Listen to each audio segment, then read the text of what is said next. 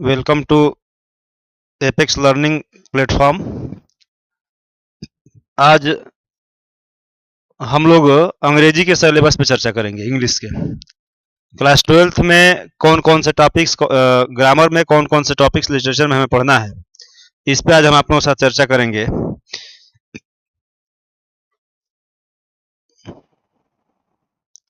सबसे पहले इंग्लिश की बात करें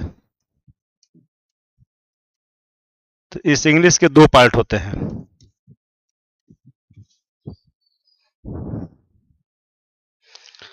फर्स्ट पार्ट होता है आपका लिटरेचर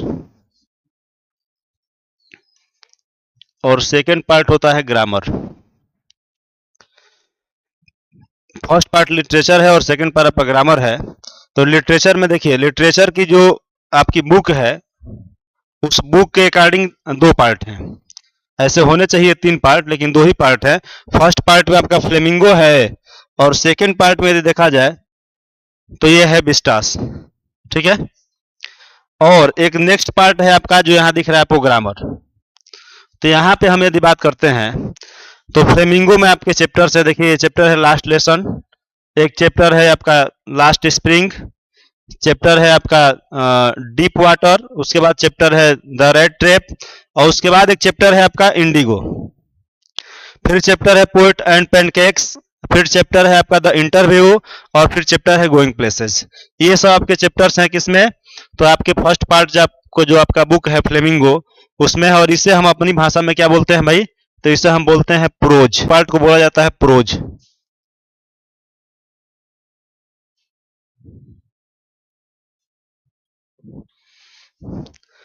फर्स्ट पार्ट है आपका प्रोज, और प्रोज में ये टॉपिक्स हैं, और इसके साथ साथ आपका आ जाता है पोएट्री। तो प्रोज में जैसे आपको हमने बताया ये टॉपिक्स हैं आपके, और पोएट्री में ये टॉपिक है आपके। माय मदर एट 66 है, कीपिंग क्वाइट है, ए थिंग ऑफ ब्यूटी है। My mother eight 66, keeping quiet, thing of beauty, A road side stand, ऑन्ट Jennifer's tigers. ये आपके 9 चैप्टर हैं इसमें, और 8 चैप्टर इसमें है, और ये 5 चैप्टर आपके इसमें है पोएट्री में। तो ये फ्लेमिंगो से है। और नेक्स्ट पार्ट पे यदि हम चर्चा करें तो ये विस्टास है। इससे आपके ये 6 चैप्टर है। ये आपका थर्ड लेवल है, द टाइगर किंग है, journey to the end of the earth है, द इनेमी है, on the face of it है, अ मेमोरीज ऑफ चाइल्डहुड है। ये 6 चैप्टर है आपके विस्टास से। तो ये आपका प्रोज, जिसको हम जैसे पहले के जमाने में जो फर्स्ट पेपर और सेकंड पेपर हुआ करता था, तो फर्स्ट पेपर में ये सारे आते हैं और सेकंड पेपर में ये आता था। और आपका सारा का सारा कुछ एक ही में है, फर्स्ट पेपर सेकंड पेपर सब कुछ सेम है, इसमें कोई डिफरेंट नहीं है। तो फर्स्ट पेपर में ही जो आपका एक पार्ट है सेक्शन ए से जो है ये पूरा है, और उसके बाद सेक्शन बी से ये वाला पार्ट है। तो सेक्शन बी से यदि हम बात करते हैं ग्रामर की, तो ग्रामर में सबसे पहले आपका टॉपिक है नरेशन। ठीक है। इसके बाद आपका एक टॉपिक है सिंथेसिस, इसके बाद एक टॉपिक है ट्रांसफॉर्मेशन, इसके बाद एक टॉपिक है सिंटेक्स, और टॉपिक है वोकाबुलरी। और इसमें आपका देखिए एंटोनिमस आता है, साइनोनिमस आता है, वन वर्ड सब्स्टिट्यूशंस आते हैं, और होमोफोन्स आते हैं। अब एंटोनिमस साइनोनिमस आपने सुना ही होगा। एंटोनिमस विलोम होता है, साइनोनिमस पर्यायवाची होता है, वन वर्ड सब्स्टिट्यूशन यानी किसी एक वाक्य को एक शब्द में बनाना है आपको। उसके बाद होमोफोन्स ऐसे वर्ड जिनका मीनिंग सेम हो या प्रोनाउंसिएशन सेम हो, मीनिंग डिफरेंट हो। प्रोनाउंसिएशन उनका सेम ही है। जैसे एग्जांपल में यदि आपको देखा जाए तो देखिए, ये है, इसका प्रोनाउंसिएशन आप करेंगे तो दोनों को सेल पढ़ेंगे। क्या पढ़ेंगे? सेल। लेकिन इसका मीनिंग डिफरेंट है और इसका मीनिंग डिफरेंट है। तो ये होमोफोन्स होते हैं, और ये एग्जाम के लिए बहुत इंपॉर्टेंट होते हैं। किसी भी एग्जाम के लिए बहुत इंपॉर्टेंट, बोर्ड एग्जाम के लिए तो इंपॉर्टेंट ही है आपके, किसी भी एग्जाम के लिए ऐसा कोई एग्जाम नहीं है जिसमें नहीं आते हैं। इसके बाद है आपका देखिए ग्रामर में आपका आइडियम फ्रेजेस है, लेटर राइटिंग है, आर्टिकल्स राइटिंग है। आर्टिकल्स सुने हैं? आर्टिकल्स राइटिंग, पहले जो हम ऐसे लिखते थे अब उसका नाम हो गया है आर्टिकल्स।